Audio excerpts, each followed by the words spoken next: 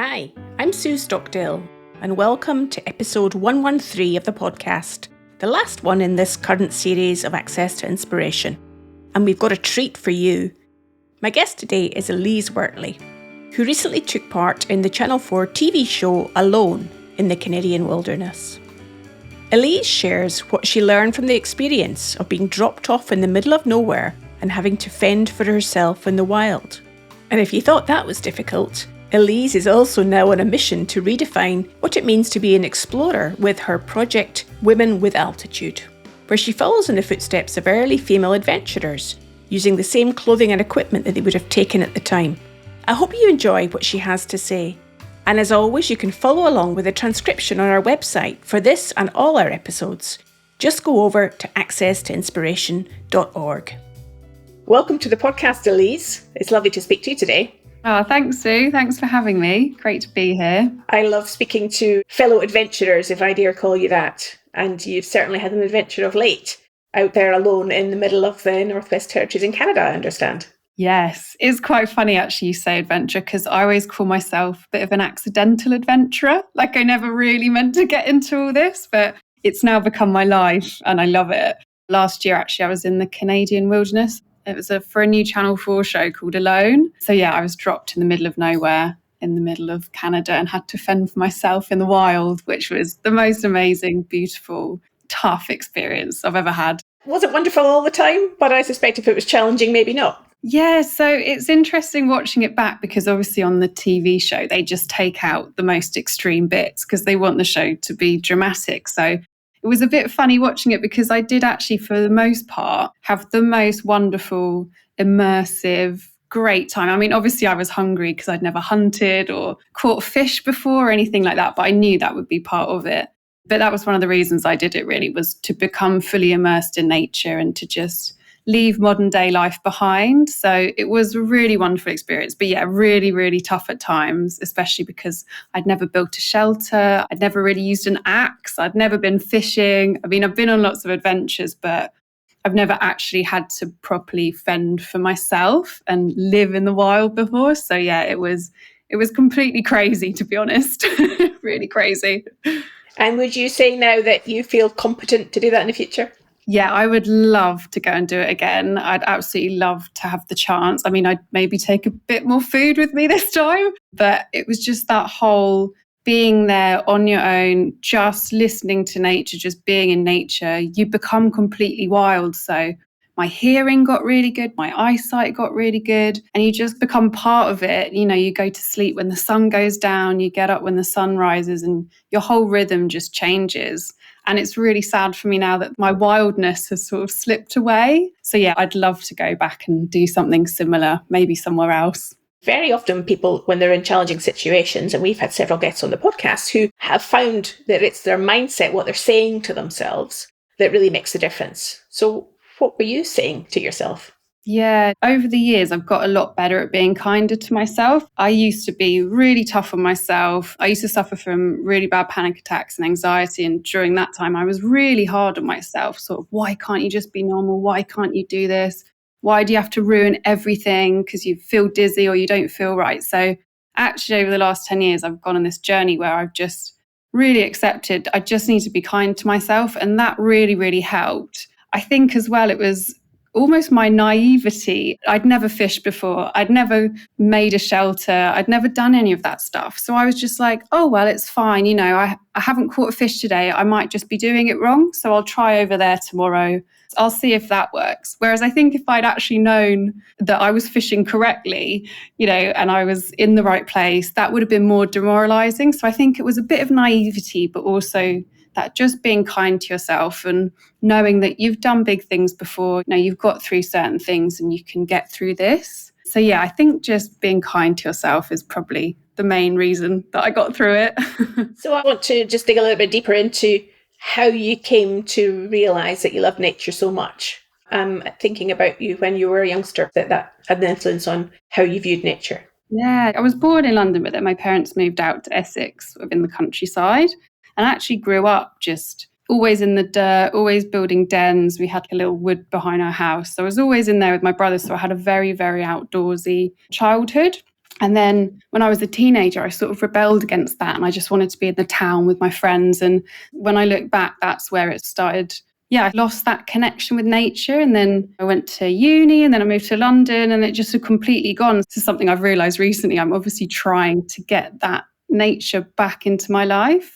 And it's making me feel so much better. So that's definitely where it came from, I think, growing up surrounded by it and just sort of wanting that back. You mentioned before that you had suffered from anxiety and panic attacks. How did you help yourself to get to where you are now? So it was a really long road for me. And actually, I was 20. So that was 13, nearly 14 years ago. And actually back then, I'd go to the doctor and I'd say, I'm really dizzy. I'm shaking all the time. I feel like something awful is going to happen. And they didn't really know what to do. I had brain scans. I had blood tests. I had all this stuff and they were like, there's nothing wrong with you. And obviously now that would be different because they'd be able to recognize, oh, it sounds like this is something that's going on in your head, because that's one of the things with anxiety. It can make you feel so physically ill and like there's something really wrong. So I think back then it was just a lot of disappointment, not knowing what was wrong. And one of my main symptoms was constantly feeling dizzy.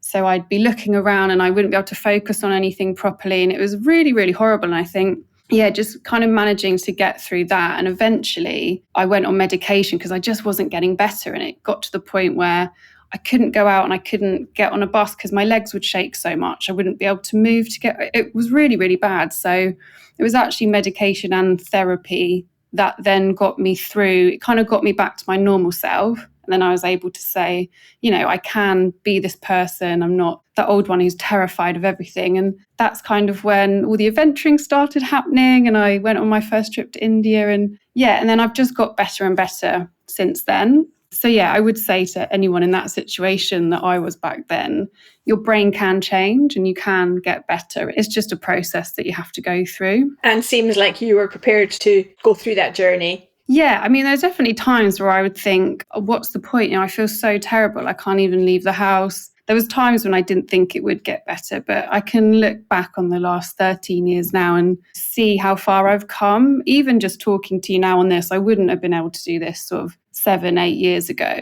with this sort of confidence that I have now. So even the little things in the day as well, like going to work, I enjoy it. I like talking to people and I didn't used to have that. So it definitely takes time, I'd say. But definitely. Now, you also threw into your answer there a couple of countries that you have travelled to. And I think that's with your project, Women with Altitude. Is that right? Yeah, I actually started that when I started to feel a lot better. So when I was around sort of 26, I remembered this book that I'd read when I was younger by a female explorer. And I'd always wanted to follow in her footsteps. It was just this idea that I thought was silly for a long time. But she was so inspiring. She was called Alexandra David Neal. And she went on this really long 14-year journey through Asia in 1910, I think she started.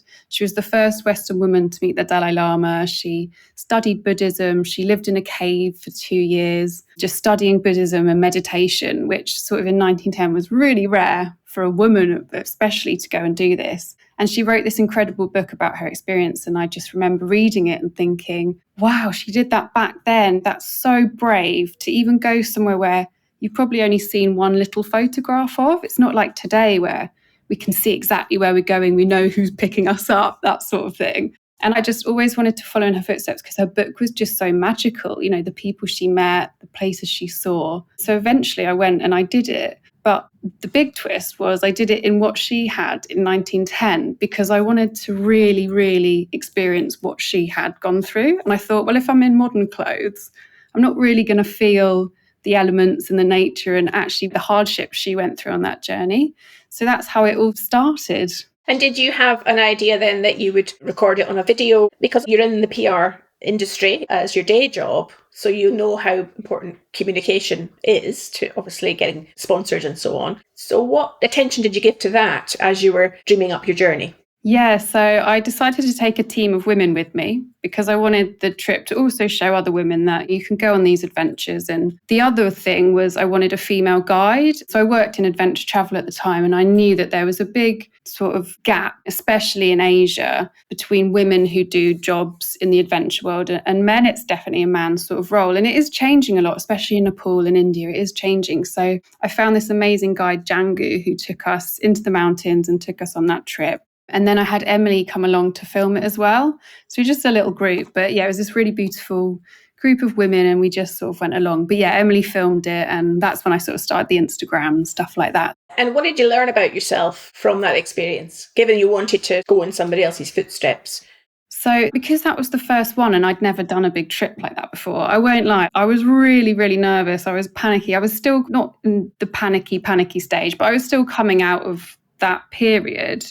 And even sort of getting planes was quite a big thing for me because it was enclosed space and it was all very overwhelming. But actually, what I found was when I was there in the mountains, just walking, everything like that went away. And the thing with the old equipment is that you really feel things more. So you feel the wind, you feel the rain. And at first that wasn't that nice, but then you start to realize actually, it was my Scotland trip, which I'm sure I'll talk about in a bit, that really got me into this. But I used to see rain as horrible, but now I realise it has a place in the ecosystem and I know how it feels to get as wet as the plants. It sounds a bit airy-fairy, but wearing that stuff sort of gave it that element as well. So I think I just learned that when I was in nature, in the mountains or anywhere in nature, even the park, I've felt so much better. So that was kind of that first trip. And then I sort of got a bit addicted to it. And then I found all these other women that I started researching, female explorers from back in the day who were under-celebrated compared to their male counterparts. And I've got a list of about 150 now. So that's how it all carried on. And given that you were inspired by your own experience and you've got this big list now, is it important to you that you experience this? Or is there something about you would encourage other women to take on some of those adventures and do it as a collaborative? Given that you were on the Channel 4 programme called Alone, I'm wondering how much of it is about you and on your own versus you with others or other people doing something that's in service of your mission. It's a really interesting question because that sort of reason I started sharing it was to show other women that, yes, these women did these things back then and they were so brave to do it, but I couldn't have done this a few years ago. So even if you're going to the park or you're going for a tiny walk, like that's still a little adventure and you should still really push for that. I've thought a lot over the years about doing group trips because I'd love to get a group of people, not necessarily all women either, but everyone to put their phones away and just sit around the fire for 24 hours, something like that. And I had it on Alone as well. There's something really magical when you do put the phone away and you have no distractions. It's a bit like meditation. So your whole mind stops. You're just looking at the flames of the fire, or you're just listening to a bird, or you're listening to what someone else is saying. And actually in a group setting, that's a really, really lovely thing. So it's definitely something I'd love to do in the future, is to take a group of women. I mean, they can wear the old equipment if they want. I'm sure people would want to, but it's more about that sort of disconnecting from the online world and all the stresses and just playing with fire and sticks and building somewhere to sleep in maybe. So I would love to. I'm wondering, and I know from my own experience of some of the polar expeditions that I've done, that it can be very hard when you have to just go inside your head and you've got no one else to speak to on a regular basis. And I'm wondering, when you were there having to cook for yourself, having to hunt, how did you accept that it was just down to you? Yeah, it's hard. And don't get me wrong, I sounded very positive about it at the start, but there were definitely some darker moments. I just reminded myself the whole time I'd not done this before, so everything's a test for me. It was that constant not catching anything, sort of another day goes by and you haven't got any food, and another day. And then it is really hard. I mean, I'm sure you know about this, when you're in loads of pain and you just think, I don't think I can do this anymore. And then somehow you just carry on. And you just get through it. And it's realizing that you can do more than you think, I think, is one thing that I really learned from it. And it's stressful having all that on your own shoulders. You have nobody to lean back on. It's all on you. And if you think about it like that, it can become overwhelming. So you just need to take it step by step, I think. Well, I've tried this, I've done this. or I've got to get to here, I've got to keep going for another hour, and just break it down into small amounts. And that's sort of what I did on Alone as well. I was like, well, I've tried this, I've not caught anything here, so I'll try over there tomorrow. And then at the end of the day, if I don't catch anything, I don't catch anything. But I think that's kind of it, just kind of narrowing it down and not thinking about it too much. Now, if you're enjoying this episode about adventure, then take a look at our playlists. We have one on adventurers and explorers that features 10 of the most popular adventurers that we've interviewed, who've been to many different parts of the world. You can find it at the website accesstoinspiration.org. I hope you enjoy it. Now back to this episode. You mentioned Scotland, Elise, around one of your project trips to follow in somebody's footsteps, Nan Shepherd, I understand. What happened there? Oh, I love Nan Shepherd. I think my mum recommended me her book, The Living Mountain. I'm sure you might have read it. It's just amazing. And I'd never read a book like it. And it's actually been described as one of the best books ever written about nature and landscape in Britain. And Nan's all about not getting to the top of the mountain and not just rushing to summit it, but experiencing it as a whole, the whole environment and the beauty that you can get out of just immersing yourself in it. And she wrote that in the 1940s.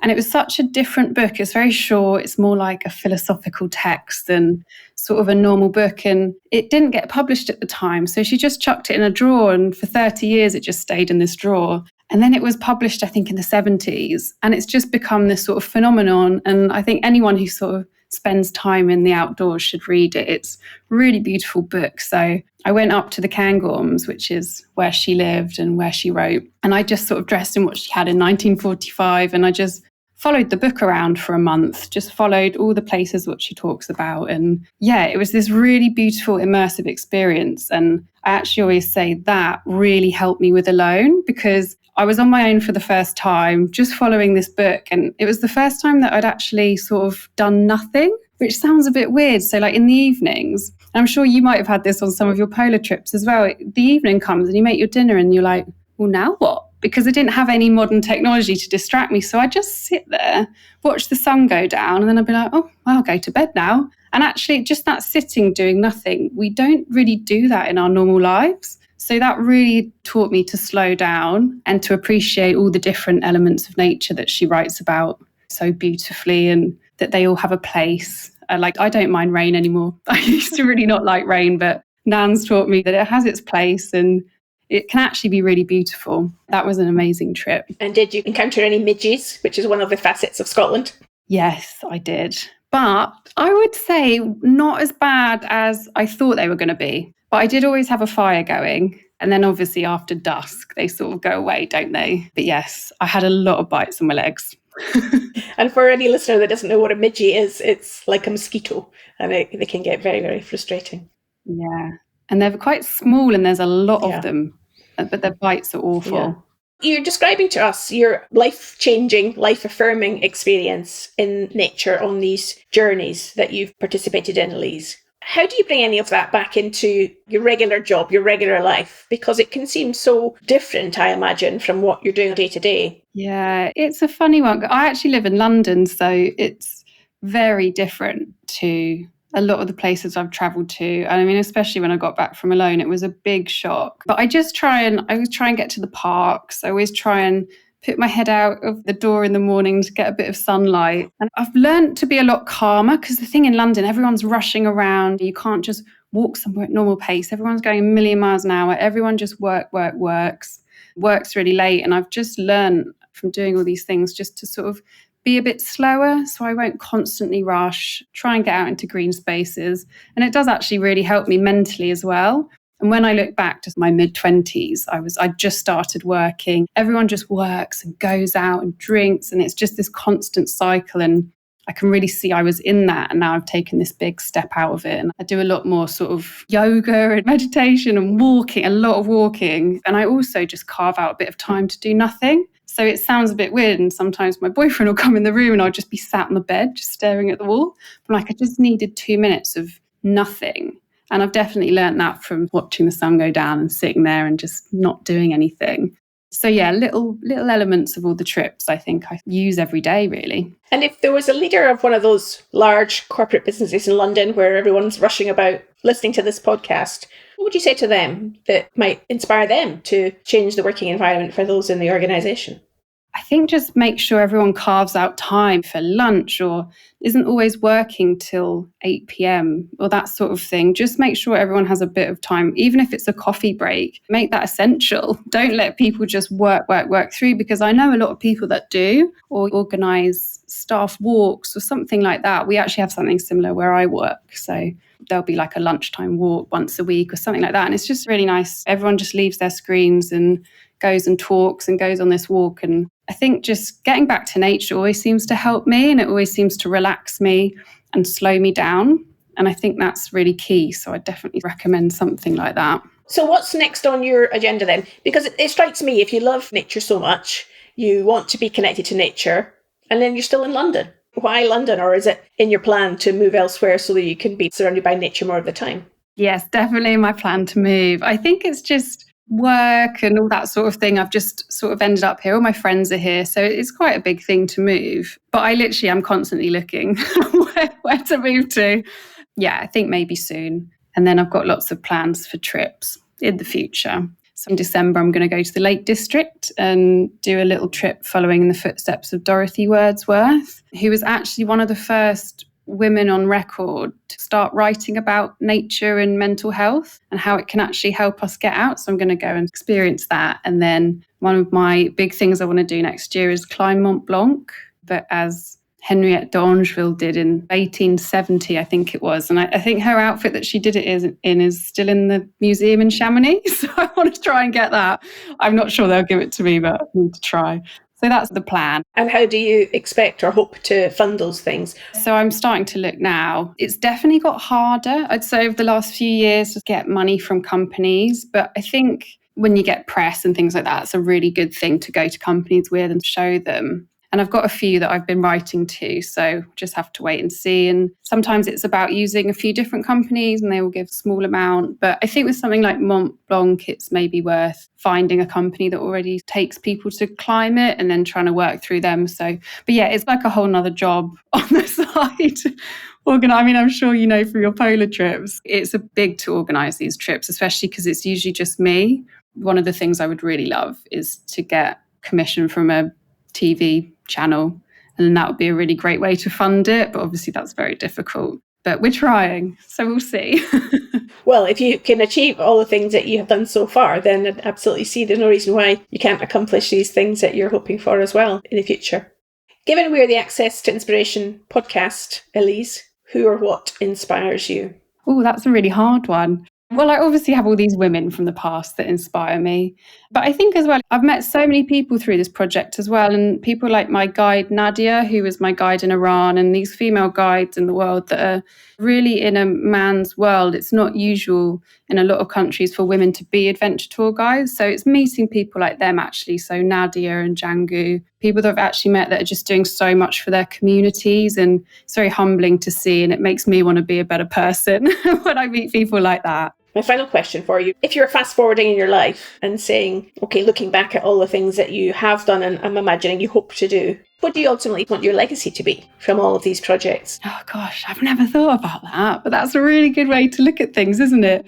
I just want to inspire other people, I think, as well, to say you don't have to sort of climb the biggest mountain in the world or do whatever to have an adventure, and anything's possible. So I get a lot of people saying, I could never do it in the old stuff. And I just think, well, you've not tried. I'm sure you would be absolutely fine. So I just hope that it inspires other people to go on adventures and get out there and not necessarily think you have to live by the normal sort of ways that people do, I suppose. But yeah, it's a really tough question, that, because it's hard to sort of put yourself as that person. Elise, if people want to find out more about you and follow your adventures and get in touch, how might they do that? Yes, so I've got Instagram, which is Woman with Altitude, and then the same for my website, so womanwithaltitude.com. And I'm always up for a chat, so feel free to message. Wonderful. I really wish you well in your future adventures as part of this Women with Altitude project, and no doubt you'll go on to even better and bigger and more impactful things in the future too. Oh, thank you so much. It's been lovely to speak to you. Thank you. You too. Thanks so much, Sue. Well, thanks to Elise for her inspiration and a reminder about the important connection between nature and well-being. Well, we're now taking a break to connect back to nature, and we'll be back early next year with more episodes to keep you inspired. Until then, you can also keep up with us on social media or sign up to our newsletter, and you'll be able to do that at the foot of the homepage on our website. Thanks, as always, for your support for our podcast, and keep letting us know what you're enjoying about these episodes. We do love getting your feedback. Look forward to connecting with you again soon.